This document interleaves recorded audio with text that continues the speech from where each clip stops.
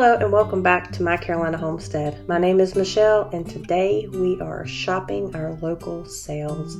We're going to be making some raspberry vinegar, and we found a great deal on raspberries at Lidl, which is a local market in the Carolinas.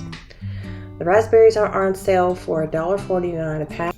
These are 6-ounce packs. They are normally $2.69 a piece. So we are going to load up and get these home and start making some fresh raspberry vinegar for salads, delicious salad dressings for salad season.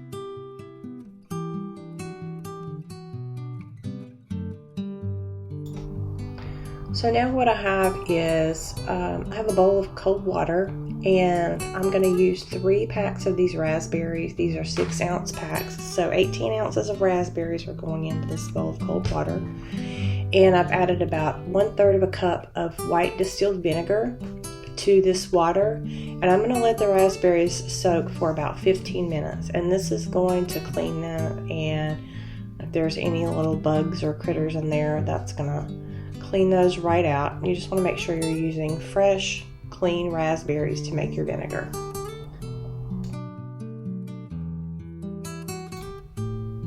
I have a medium saucepan on my stovetop, and I've got that on medium heat.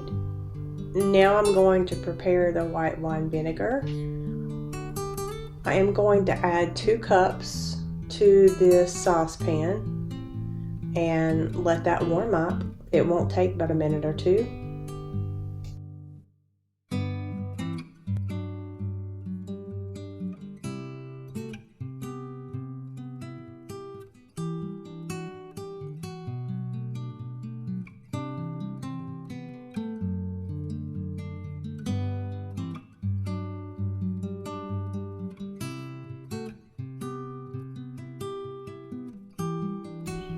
I'm adding 1/2 cup of powdered stevia to this mixture, and I'm making a huge mess. You could use sugar if you wanted to. We just prefer stevia. So I'm going to mix this together until this dissolves. I'm not going to allow this to boil. I'm going to let it warm for about 3 to 4 minutes, just until the stevia is fully dissolved and the mixture's pretty hot.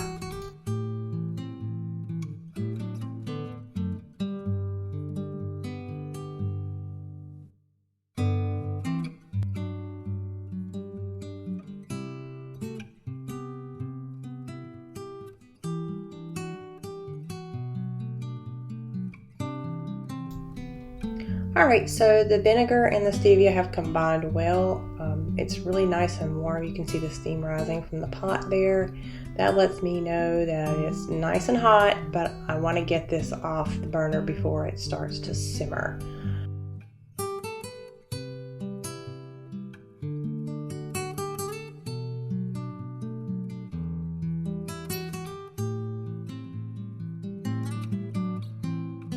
I have rinsed my raspberries and laid those out to dry, and now the stevia vinegar mixture is ready, so I'm going to put them in a glass bowl and pour this mixture slowly over these fresh raspberries just so we can start this infusion process.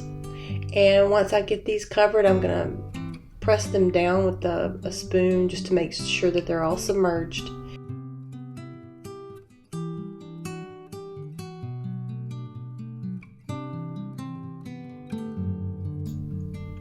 I'm going to cover this bowl with a couple layers of saran wrap and set it aside out of the sun for about 3 days so that it can fully infuse.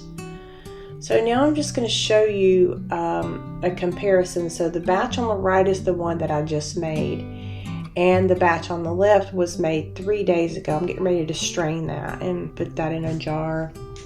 As you can see, the colors on the right are nice and fresh and red, and on the left the color and the raspberry infusion's complete. So you can see how the berries are very light.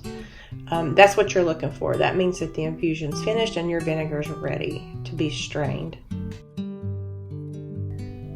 This was the easy version to infuse the vinegar with the raspberries by adding it to the heat. If you wanted to do this the old-fashioned way, you could put your raspberries and your vinegar and your sugar or stevia in a mason jar and put an airtight lid on there and put that in a cool, dark area for 2 weeks to make your vinegar.